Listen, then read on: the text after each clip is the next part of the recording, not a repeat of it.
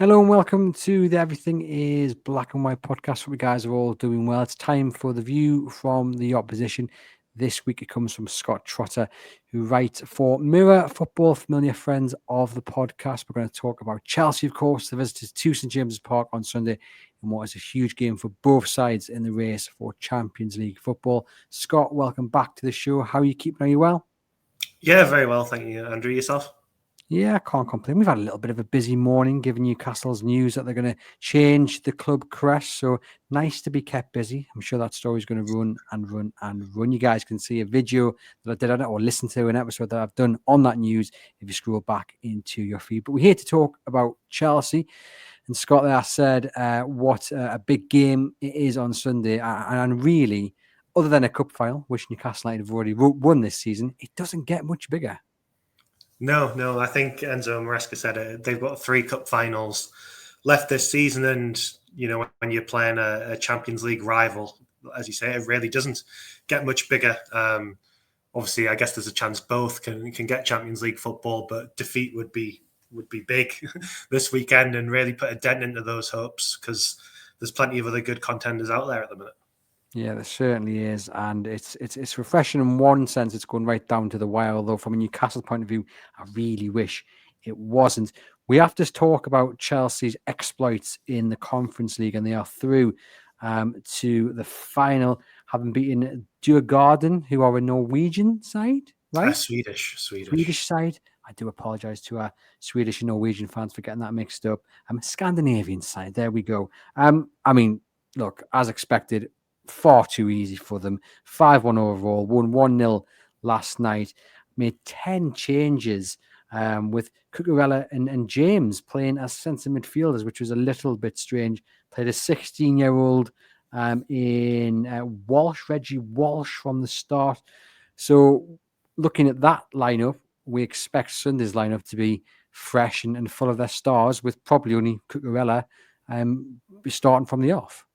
Yeah, it's something they've done all throughout the competition. I think it's probably a sign of maybe the standard of that European competition at the minute. Though they'll probably have a stiffer test in the final against Betis. But yeah, they've had lots of opportunities to rotate. I think the start of the season, last time we spoke, Palmer wasn't even in the squad. He did make the trip to Stamford Bridge last night. He was involved, and they had top players on the bench. But yeah, reinvigorated, ready to go, and obviously that game's Sunday lunchtime as well, so 2 days of training to come. It's interesting, isn't it? Because some managers might look upon that and say, yeah, we'll take the opportunity to rest the stars because we've got a huge game coming up on Sunday. But others might look upon it and say, well, actually, momentum is absolutely key here. So why not play a few more of our big names to keep that momentum going with a victory? And obviously he's gone and rested most of his side. I mean, does that just show you kind of where the priorities lie, I guess? Yeah, I think so.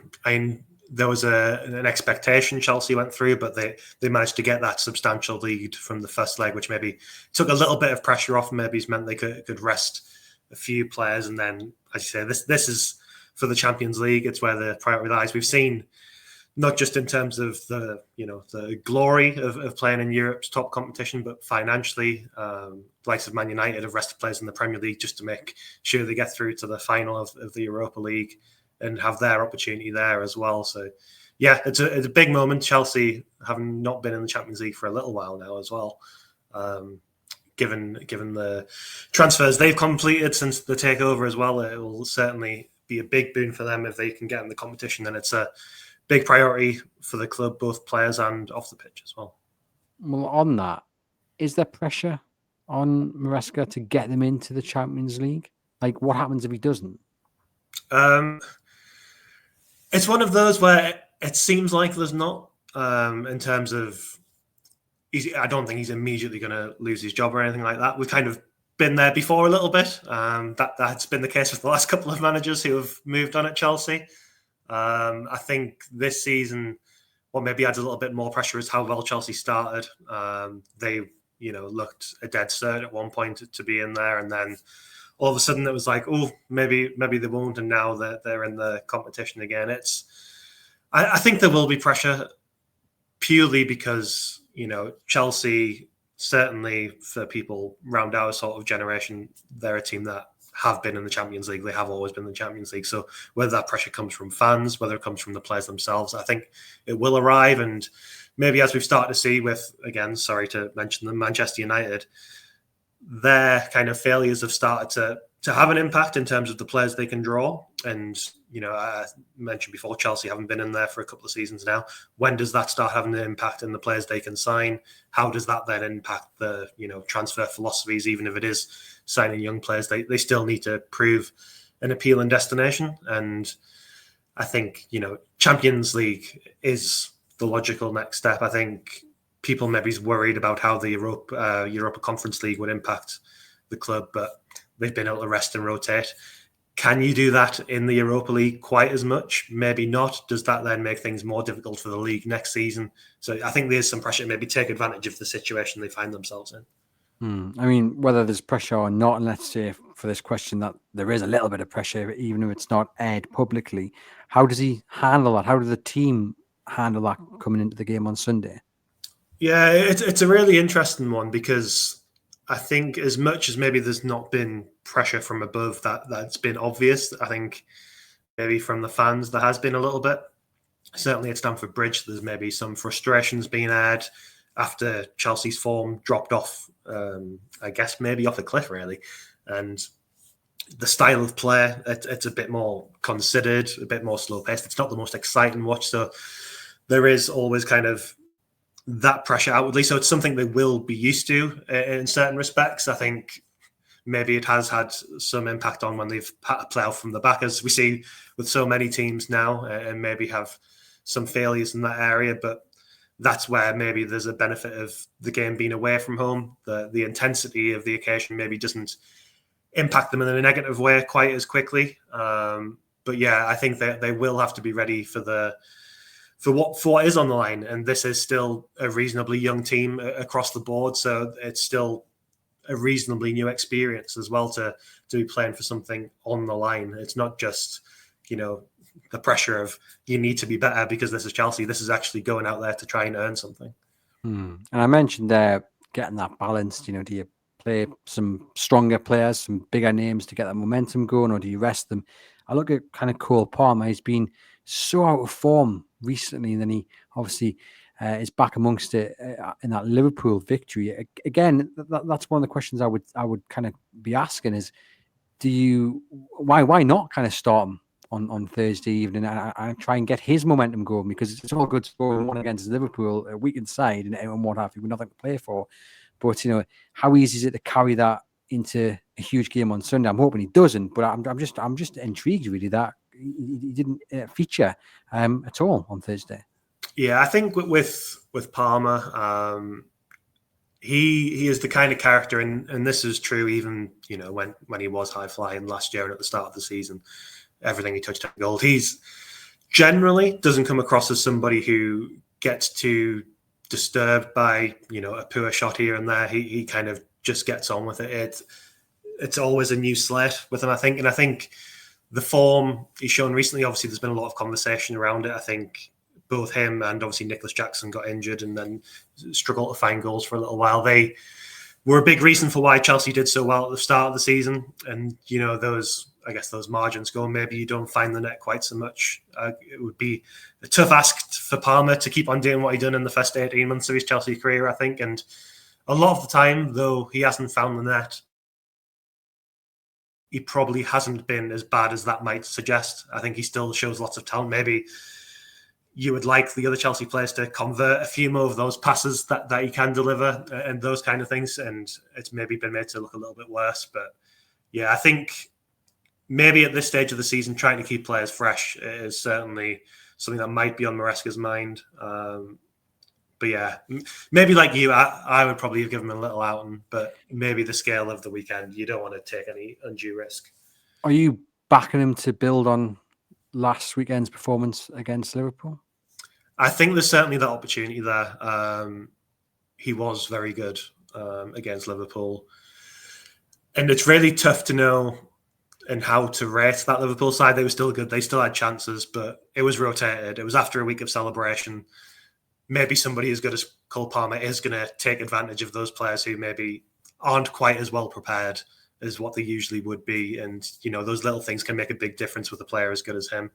I'd be surprised if he didn't look a threat at the weekend, but I think it's really, and maybe what the game will boil down to in the end, it's going to be really interesting, that initial midfield battle before they kind of reach that top end of the pitch. Well, let's get on to that, because listeners and viewers know that on the Monday show, I was like, get Joelinton patched up and get him into that starting 11. And Aaron Stokes, my colleague, said, not happening. Then by the time we got the match preview, I'd kind of accepted that it wasn't happening. And then Eddie Howe has given me some hope, because on Friday morning, he said that he'd seen Joelinton the first time on Thursday. He'd been away in Brazil, and then he'd been to Barcelona. And crucially, he'd had some injections and that he was feeling pretty good. Now, he then did say, if we see him before the end of the season, I'm not so sure. But one would question why you would have injections put into your knee if you're not going to use them. And for me, if it's just one game that he can play and really make an impact, I think Sunday is that game. I think Joe Willock, for all the talent he's got, and we've gone over it enough times on the podcast, he's just not living up to his talent. He's not realizing his true potential. Hard to replace someone like Joelinton, totally different players. But if we can get the tank into the middle on Sunday, what a boost that is for Newcastle United. And I guess, Scott, from a Chelsea point of view, if Joelinton does start on Sunday, that'll be something that they definitely don't want. Yeah, I think so. I think when Newcastle have seen success against Chelsea in recent seasons, it's been mainly because of intensity, ability to hustle and harry, and obviously Joelinton's a big part of that. Chelsea's midfield this season, in a lot of respects, has probably been one of the more improved areas. Cassada just got named Player of the Season. Enzo Fernandez is starting to deliver where he perhaps lacked before in terms of getting into the box and getting goals. And Romeo Lavia's kind of just returned to the side from injury, and he's kind of helps facilitate a lot more stability in the Chelsea side with his passing as well at the base of midfield. And last weekend against Liverpool, it meant Cassada played right back and then kind of moved into midfield when Chelsea are in possession as well. But if you can disrupt those players who perhaps have a little bit of class to feed the lines, that is going to have a big impact, particularly because Chelsea so often are quite considered in the build-up. It will have a big impact, and I think that's probably where the game's going to be won and lost. When you see Eddie Howe's quotes on Joelinton, what's your gut telling? I mean, you've spoken to a lot of managers in your time in your job.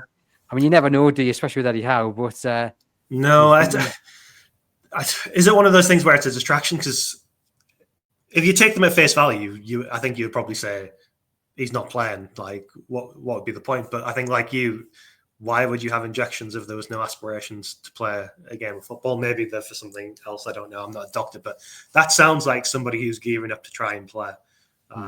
Maybe the travel has an impact. I don't know. Well, fingers crossed he does feature, because I think he would be absolutely crucial to Newcastle getting the victory on Sunday. You briefly mentioned it there, but talk to us how you think Chelsea are going to approach this game. Are we expecting them to sit off Newcastle? Are we expecting them to take control of possession? How are they going to approach it? Yeah, I think you'll see probably a similar team to what played Liverpool. And yeah, I think controlling the ball is where they would like to be. I think they feel a bit more comfortable playing teams who maybe are a bit more adventurous. They've put in some good performances against the better teams in the league this season, I think, and that's where they've perhaps been more commended in terms of performance, and struggled against teams who do sit off them and make them make that opportunity. Maybe that has proven to be a bit more difficult. But yeah, they'll look to get the likes of Enzo Fernandez forward from midfield, Cassada kind of maybe shoring things up a little bit, and probably have pure pace on the wings with like Pedro Neto and Noni Madueke. So they'll be quite direct from those positions, with, I guess, the quality coming from Cole Palmer and then Nicholas Jackson being the one to maybe finish the moves off. So does that mean Cassada will start at right back, we think? I wouldn't say it's certain. I would say purely because that's how they lined up against Liverpool. That's where I'd edge of Reece James. I don't think generally they like playing him back-to-back games like that still. because of his injuries. There's a chance Gusto could start. I think it's probably mainly going to be dependent on Lavia's fitness and his ability to keep playing games, because I think Caicedo will start for definite. But perhaps if there's any concern around Lavia, then Cucurella will be the one that moves into midfield from the left, and then Gusto can play on the right. But yeah, I think that Caicedo will be the one doing that job from right back. Which then leads you into the question about who starts on the left for Newcastle. Harvey Barnes has been in tremendous form, but Anthony Gordon is back now. Won a penalty, which was actually a free kick against Brighton. Lots of calls for him to come back into the side. He would start on the left. I mean, Gordon up against Cassada. How are we feeling about that? Yeah, I think in one, Cassada is somebody who he's relentless, so he will be up for that kind of challenge. He does, however, have a bit of a tendency to get a yellow card. I think against somebody like Gordon, that sort of tenacious battle, you could see them both get yellow cards, but obviously that's a bit more of an issue for the defender in that instance, I think. And I think because Newcastle, at least the sense I get, they're a bit more maybe in between, a team that can hold possession and attack versus they're a bit more robust like the bottom end. That's why they're such a challenge to play. And then maybe in that transition moment when maybe Caicedo's in the midfield, there's going to be space on that left-hand side. So if you can get somebody, and maybe Gordon, I don't know, does he get a little bit more liberty just to stay high up the pitch with Isak than what Barnes does? I think that there is a challenge there for Chelsea to manage, and that is probably where a lot of Newcastle's threat, and that could maybe come no matter who plays on the left, whether it be Barnes as well. But yeah, I think that is, I've obviously mentioned about the midfield being a key area, but that transition moment on that left side will be really interesting to watch at the weekend as well. I mean, often on these episodes, I say that, the midfield's going to be key. And obviously Bruno and Tonali in the middle, probably with Joe Willock, unfortunately, and not Joelinton. But I actually think the wings are going to be key because, we've got each team got, wingers in decent enough form going up against fullbacks who, I mean, there's a little bit of doubt over Kieran Trippier, but, if he's past fit, how does he handle the pace of, who will it be? It'll be Madueke. Is Trippier playing on the right? Right, yeah. So it was Madueke last week. Yeah. So. Going up against a lot of pace there, Neto up against Tino Livramento. So I think those are the key areas to watch out for on Sunday. Certainly going to be interesting. You mentioned Alexander Isak, not being in the best of form, but still scoring from the spot. But everyone is keeping everything crossed that this is the game that clicks for him, because if it does, there are a few better strikers in the world than Alexander Isak. Yeah, for sure. He is unbelievable. And I think he will have opportunities. I think Chelsea is still in that scenario where I think I've probably said it the last 2 seasons when coming on here, that they have a vulnerability in defence. It's not necessarily that they're bad defenders, but they do play out from the back. And, I think we see it quite a lot, no matter the team, that there are opportunities to win the ball back at those times. And Chelsea aren't perfect in that build-up.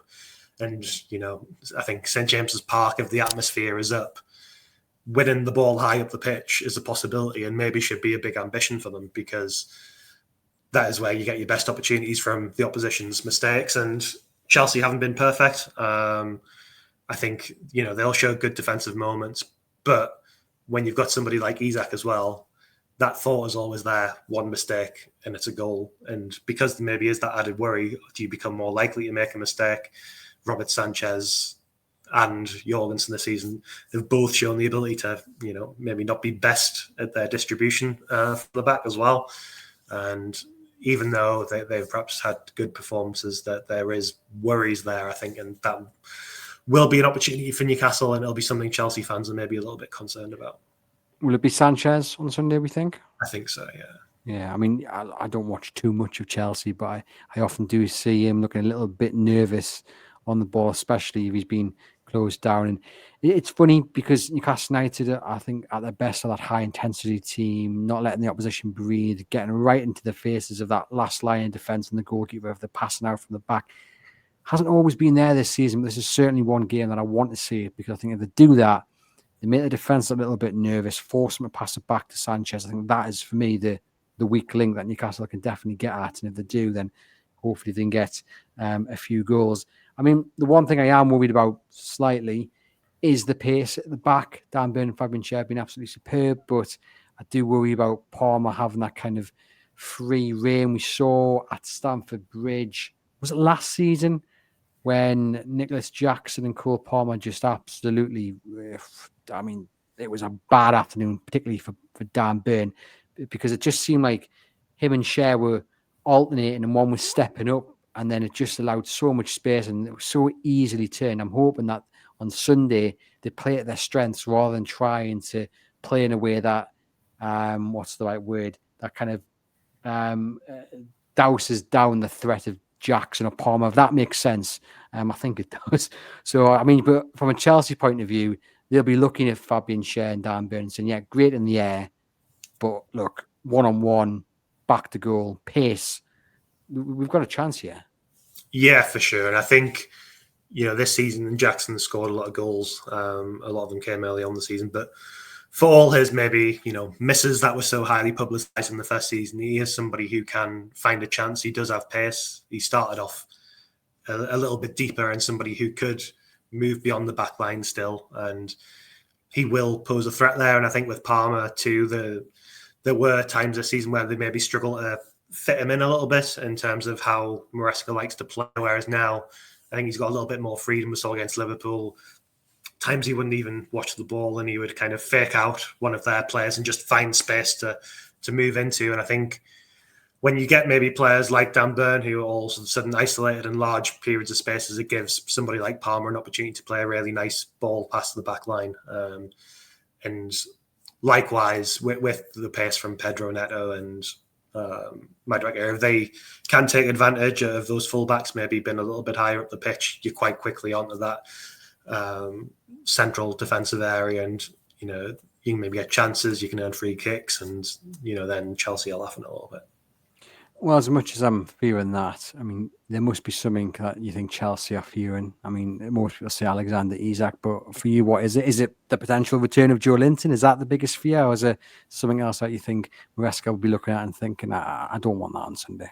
Yeah, I think that's going to be a big part of it because, Chelsea kind of settled in this period where the midfield is a little bit of a strength, and that could be disrupted by Newcastle. They have shown the ability to do that to teams this season. And I think, again, speaking maybe from a little bit the outside, if somebody like Joelinton plays and him and Bruno provide that disruptive presence, it just gives Tonali a little bit more freedom to kind of work his magic a little bit, I guess, for lack of a better phrase. And that puts pressure on maybe somebody like Cole Palmer to do a bit more work defensively, rather than being able to, stay high and isolate. And that will be a concern. But I think Isak is probably that big threat, particularly with him being able to maybe challenge that Chelsea back line. Fingers crossed. Isak manages to find his form. Time for some stats then, Scott. So Newcastle have won 7 of the last 11 Premier League home games versus Chelsea, including both under Eddie Howe. So there's a nice stat for Newcastle United. Of course, Newcastle beat them in the League Cup at home earlier this season. In the last 20 Premier League games, Newcastle have collected 43 points, only losing 5. Only Liverpool have collected more. And it's only 2 away wins in 10 for Chelsea, and they've lost 5. So looking at that, you say home form against Chelsea, superb from Newcastle's point of view. Chelsea on the road, not so great. Results have started to improve on the road. But I mean, is that kind of the weak link in Chelsea's Champions League push? Is that on the road they just don't look that strong?